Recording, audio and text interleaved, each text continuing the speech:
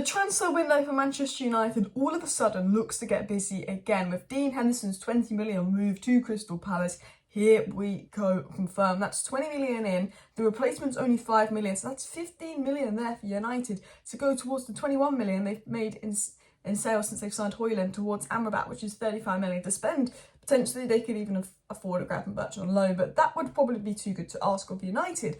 But an interesting thing as well is Donny van der Beek is still set to be sold on top of this money raised by Dean Henderson, and that West Ham are going to go back in for Maguire, put in another bid to help Manchester United pay off the wage difference. Manchester United offered Maguire a 6 million payout, and basically Maguire refused. He demands a 12 million payout to leave the club, which I think is kind of mad when you're literally sitting on the bench and Lindelof's coming on and putting on a good job. But it looks like Maguire could be going, and obviously the replacement now that Pavard has gone to Inter is Todibo. Todibo is very much there, just kind of waiting for United. His head is at United. So we could be in a situation where Amrabat, Todibo and the left back, because we're looking at 3 left backs now, could be coming in. Obviously Atle Bayindir as well. So that's 4 signings going in and 4 outgoing. So let's get into the transfer news, and then we're going to get into 5 things we learned from Manchester United 3 and Nottingham Forest 2. Do a little 4 or 5 minute 5 things we learned from the game as well. So, what was said on the Maguire-Todibo situation? It was said new West Ham have reopened talks with Manchester United to sign Harry Maguire, but they're well short of doing a deal.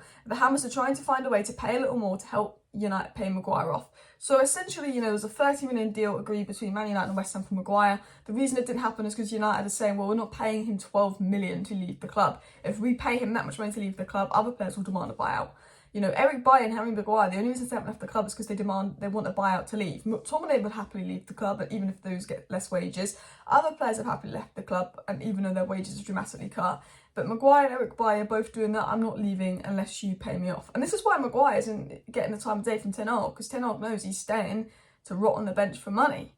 So Ten Hag's annoyed. Ten Hag wants him gone. Ten Hag wants the board to push for him to be gone because he's becoming a problem. You're not captain, you're staying for the money. And we want Todibo in. Obviously, this isn't the best source saying this, but there are reports coming out that West Ham are going to put their interest back in for Maguire. And the interesting thing is lots of reliable French sources have linked Todibo to United this week. There's been a lot of stories about Todibo to United this week that I've kind of ignored because I'm kind of like, well, Maguire's staying. But now reports are coming out that actually West Ham have been trying to go back in for Maguire. Maybe this Man United going back and talk to Todibo, news stories have a bit of truth in. It was also said on Todibo that Nice are looking for a replacement for Jean-Claude Todibo, who's transferred to United, is looming, and that Todibo is unsettled in Nice due to Man United's interest in him. Other sources said Todibo's head is at Manchester United already. He wants that move. There's a feeling that the move will happen. There's a feeling that Harry Maguire will be pushed out. It'll be interesting to see what happens with that. I think if Maguire goes, it will be Todibo. I think now Dean Henderson's gone, that should be the funds for Amrabat, and we're going to get into that in a sec. Donny could be going, and there could be a left-back coming in. It almost feels like Man United finally doing some business again. Now, what was said on Dean Henderson? It was said, Dean Henderson to Crystal Palace. Here we go. Manchester United to receive a 20 million package, add-on included. Sell-on clause will also be involved as part of the deal. And then, obviously, Atle Bayindir's 4.3 million. That will be done once Dean Henderson is done, pending medicals. Da-da-ding, da-da-ding, da-da-ding. And then the next story is about Donny van der Beek, saying that contracts are continuing to find a solution for Donny van der Beek. Negotiations are still ongoing with Real Sociedad, but it's not been easy. So again, the Donny situation is still ongoing, but it's not been easy. But it has been said on Amrabat today that Amrabat is ready to fly to Manchester as soon as the clubs reach an agreement. He's waiting and he isn't involved in Fiorentina's plans. And I remember Cam said this on Twitter. He said, Amrabat would not jeopardise his career and train alone without Ten Hag having spoken to him. The football people at Man United are not the reason this deal hasn't been completed. By all accounts, it will be straightforward. The issue is the owners again. Eric is being let down.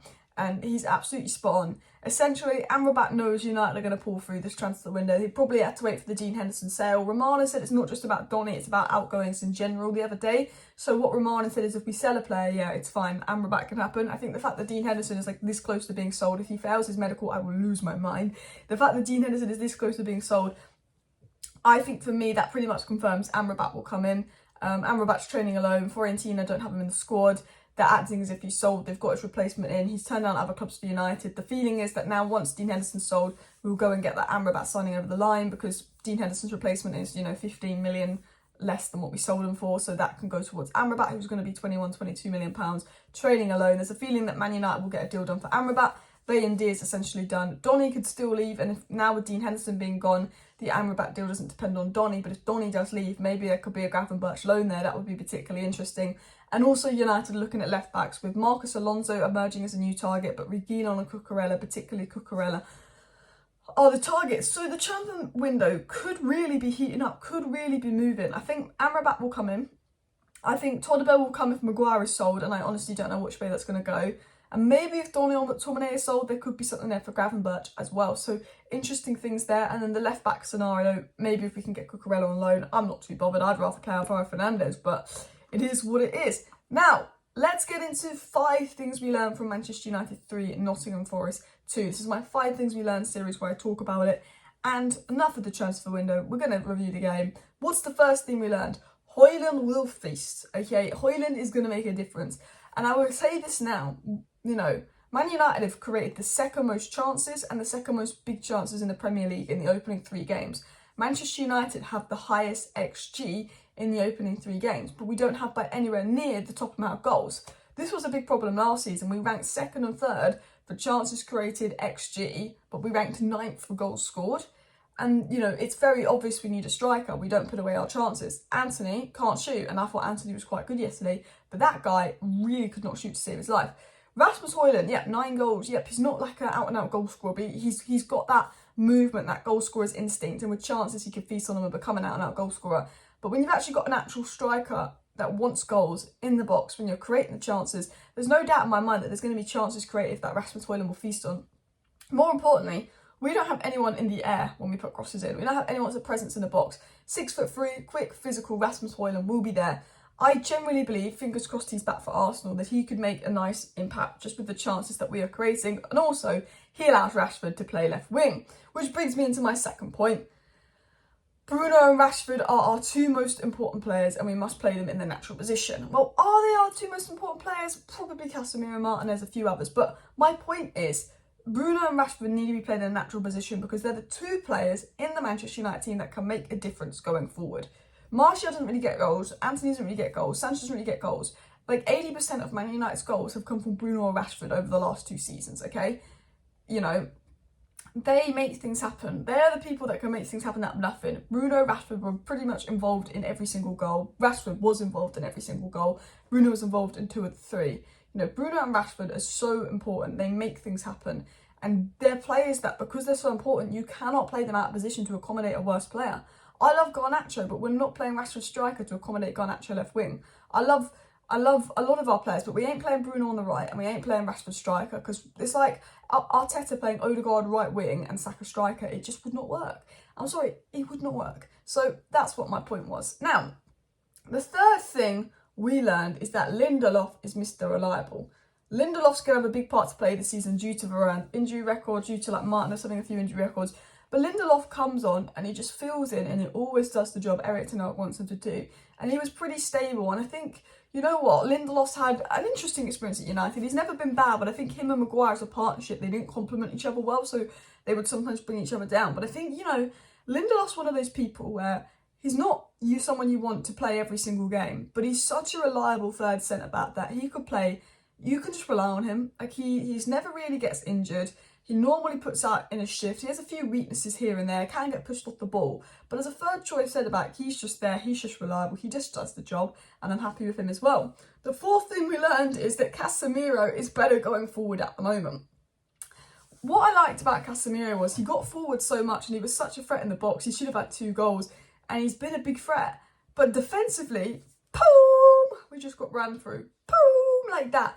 And I was like, oh, we're so open defensively. And Casemiro was going almost too far forward where the defence was getting no protection, which was frustrating, which was, for me, highlights why we need Amrabat to play next to Casemiro, because Casemiro is almost helping us out more in attack than defence. Casemiro was like an 8 out of 10 for attack yesterday, but like a 4 out of 10 for defence. So yeah, Amrabat should help with that. And the fifth and final thing we learned is it shows that we do have the mentality and the fight.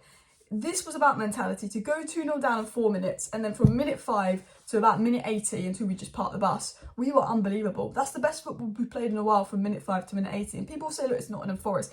You can only beat what's in front of you. We went 2-0 down. Most of the time I'd expect us to give up, like Liverpool, like Spurs, but we go a goal down and we give up. We came out and we fought and we fought and we fought and we run. And why that's so important for me, and why this mentality thing is such a big deal for me, is because now if we go 1-0 down, it says to the players, well look, we can go 1-0 down and we can always turn it around. Gives them the belief, like we can turn it around. We literally went 2-0 down and we won 3-2 the other day. It shows that they can fight, and it shows that they can play for each other, and hopefully that is almost something that kickstarts our season. A win versus Arsenal would really kickstart our season, but hopefully that does as well. Smash a like, smash a subscribe. Thank you for watching. See you next time. Bye.